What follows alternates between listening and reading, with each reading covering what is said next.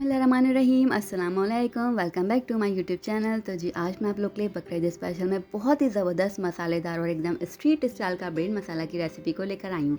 तो जी video and तक देखिएगा, अच्छी लगती है तो फ्रेंड्स और फैमिली के साथ इसको शेयर किएगा, वीडियो को लाइक किएगा और चैनल को सब्सक्राइब कर दीजिएगा। तो चलें हम बनाना स्टार्ट करते हैं टाइम को वेस्ट किए बगैर। तो इसके लिए सबसे पहले 4 खाने के चम्मच मैंने ऑयल ले लिए हैं। ऑयल को अच्छे से गर्म होने देना है। फिर इसके अंदर हमने शामिल कर देनी है हाफ़ कप चॉप्ड अनियन। आप चाहें तो चॉप्ड अनियन की जगह प्याज का जो पेस्ट होता है उसको भी इस्तेमाल कर सकते हैं, हाफ़ कप वो भी ले सकते हैं, ठीक है। दोनों में से जो भी चीज़ आप इस्तेमाल करें बस आपने गोल्डन ब्राउन कलर आने तक उसको अच्छा सा फ्राई कर लेना है। अच्छा जी, इस पॉइंट पे मैंने 4 से 5 कलियाँ ले ली हैं लहसन की, उसको मैं ग्रेट करके शामिल कर रही हूँ। फ्रेशली आप जब लहसन को इस तरीके से ग्रेट करके या चॉप करके शामिल करेंगे ना तो इस रेसिपी का टेस्ट काफ़ी दुबाला हो जाता है, क्योंकि इससे ना इसके अंदर एक ज़बरदस्ती खुशबू आती है और लहसन का बहुत ही ज़बरदस्त सा फ्लेवर आता है। दोनों चीज़ों को अच्छे से गोल्डन ब्राउन कलर आने तक आपने फ्राई करना है। फिर 1 कप भर के टोमेटो प्यूरी को शामिल कर देना है, ठीक है। अच्छे से मिक्स करना है इस तरीके से।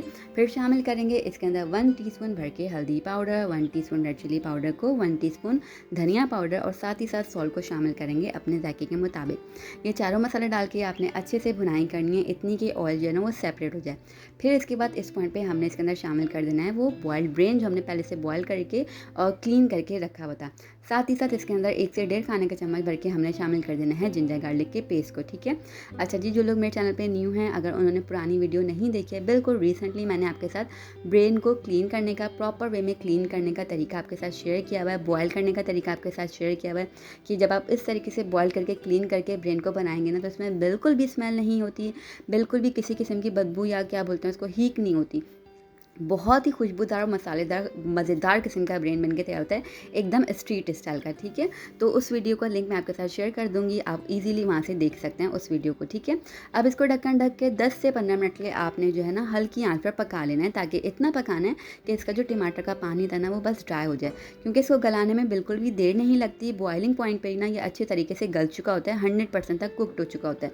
तो इसके लिए आपको बिल्कुल भी वेट नहीं करना पड़ता कि गलेगा या हमने इसको गलाना है, बहुत ही जल्दी से बन के तैयार होता है। 10 मिनट बाद ढक्कन खोलने के बाद ना वो जो बाज़ार वाले करते हैं ना, एक्चुअली स्ट्रीट वाले, वो जो टक या कटाकट जो भी उसको बोलते हैं वो चीज़ करते हैं ना, तो वो वाला हमने काम कर देना है। इस तरीके से मैं स्पैचुला की मदद से कर रही हूँ इसको थोड़े थोड़े से ना छोटे छोटे पीसेस में कट, ठीक है।